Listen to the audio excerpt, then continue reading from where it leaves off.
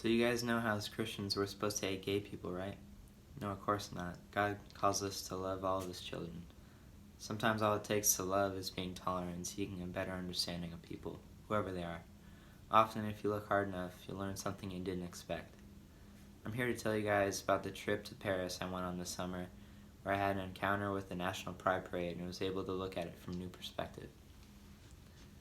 So I'm walking down the streets of Paris with my two best friends, looking at all the beautiful architecture, smelling all the delicious scents of bread, herbs, cheese, when I hear ambient roaring of people in the distance. My friends and I are curious to what's going on, so we walk towards the noise to find out that France was holding their National Pride Parade here in Paris.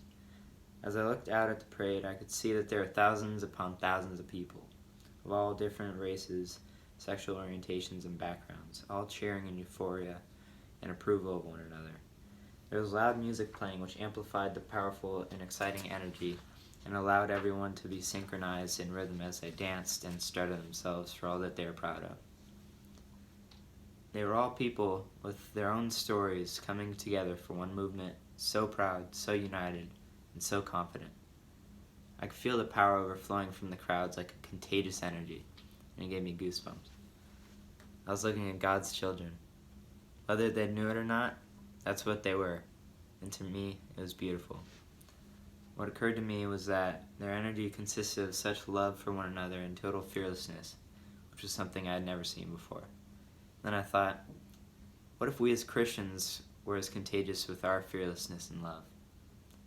Being a Christian, it's easy to find many different ways to disagree with and judge certain people for their actions and way of life because we as Christians are taught to follow and be obedient to a set of guidelines which the rest of the world goes against for the most part.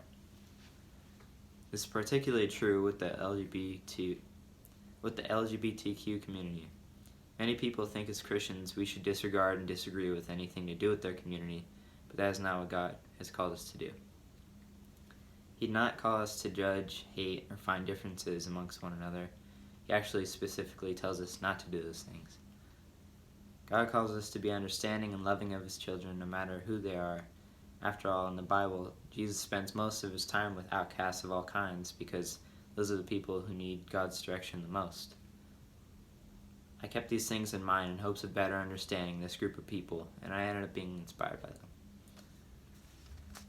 My claim is that there is beauty and something to believe.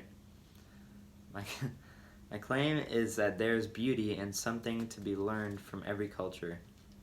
My rhetorical purpose is altering perception. My proof is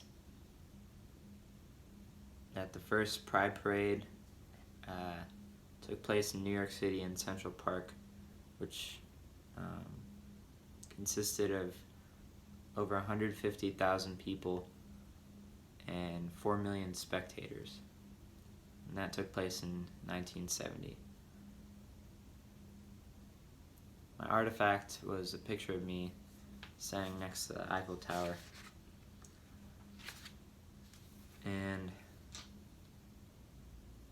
here's my conclusion. To see a movement that was so centered around love and fearlessness, even though I don't identify with their community, inspired me to strive towards that same mentality in all that I do.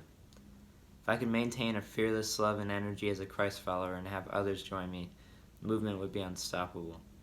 Instead of looking at someone different than you in judgment, we should all teach ourselves to have a lens of love and curiosity to better understand and learn from one another, because we all have something beautiful and valuable for others to know.